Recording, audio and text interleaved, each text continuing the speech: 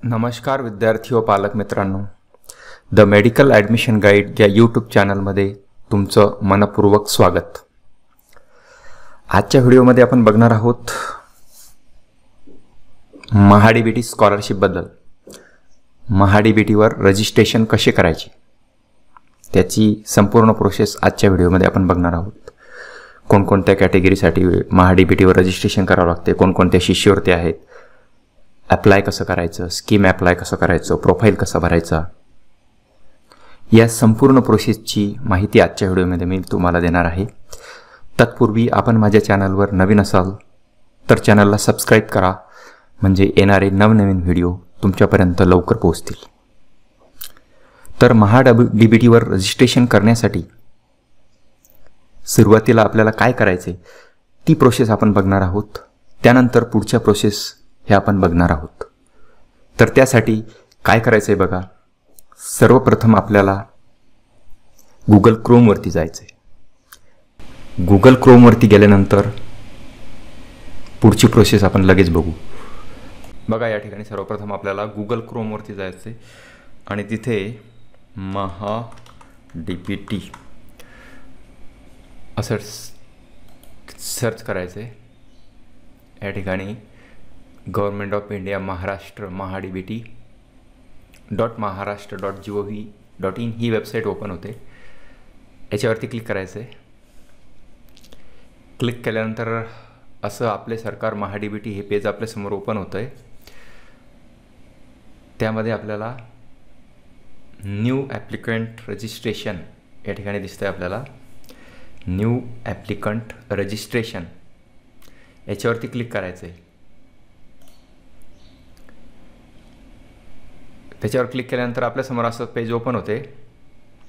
यामध्ये applicant name टाकायचं आहे, आपलं 10वीच्या बोर्ड सर्टिफिकेटवर जे आहे ते या ठिकाणी टाकायचं आहे। आणि इथे एक आपलं युजर नेम टाकायचं आहे।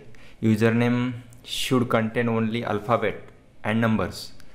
युजर नेममध्ये आपण 4 अक्षरापेक्षा जास्त अक्षर पाहिजेत, 15 अक्षरापर्यंत।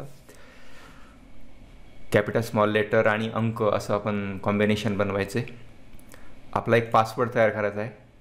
पासवर्ड असा करायचा आहे की 8 अक्षरं असले पाहिजे, त्याच्यामध्ये 8 ते 20 अक्षरापर्यंतचा एक स्ट्रॉंग पासवर्ड तयार करायचा आहे, तो लिहून ठेवायचा आहे।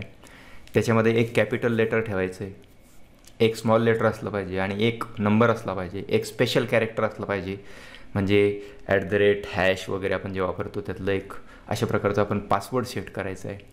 त्याच्यानंतर आपला व्हॅलिड ईमेल ॲड्रेस टाकायचा आहे। आपल्या मोबाईल फोनमध्ये जीमेल नावाचं एक ॲप असते, त्यामध्ये आपला व्हॅलिड ईमेल ID जो असतो, आपल्याला माहीत नसेल तर त्या ठिकाणी असतो, त्याच्यामध्ये आपल्याला मेसेज आला पाहिजे, आपण ईमेल वापरत असलो पाहिजे, तो ईमेल ID टाकायचा आहे।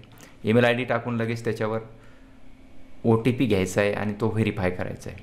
त्यानंतर आपला मोबाईल नंबर टाकायचा आहे, व्हेरीफाईड मोबाईल नंबर, त्याच्यावर सुद्धा OTP येणार आहे, तो OTP टाकून इथे व्हेरीफाईड करायचं आहे।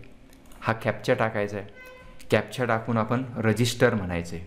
या ठिकाणी रजिस्टरवर क्लिक केल्यानंतर आपलं रजिस्ट्रेशन सक्सेसफुल झालं का नाही हे आपल्याला स्क्रीनवरती दिसेल। त्यानंतर आपण लॉग इन करायचं आहे। तर अशा प्रकारे महाडीबीटीवर आपण रजिस्ट्रेशन करायचं आहे।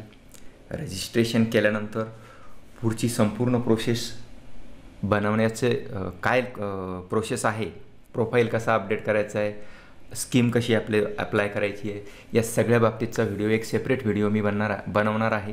तुर्तास महाडीबीटीवर रजिस्ट्रेशन कसं करायचं आहे सर्व विद्यार्थ्यांसाठी या ठिकाणीच आहे। MBBS, BDS, BAMS, BHMS, engineering, pharmacy या सर्व विद्यार्थ्यांचं शिष्यवृत्ती रजिस्ट्रेशन याच ठिकाणी करायचं आहे।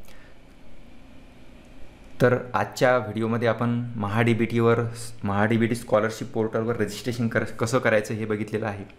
आशा करतो की हा व्हिडिओ तुम्हाला यूजफुल ठरला असेल। अशाच नवीन व्हिडिओच्या माहितीसाठी आपण चॅनलला सबस्क्राईब करा। व्हिडिओ आवडला असेल तर व्हिडिओला लाईक करा, गरजू विद्यार्थ्यांपर्यंत शेअर नक्की करा। धन्यवाद। जय हिंद, जय महाराष्ट्र।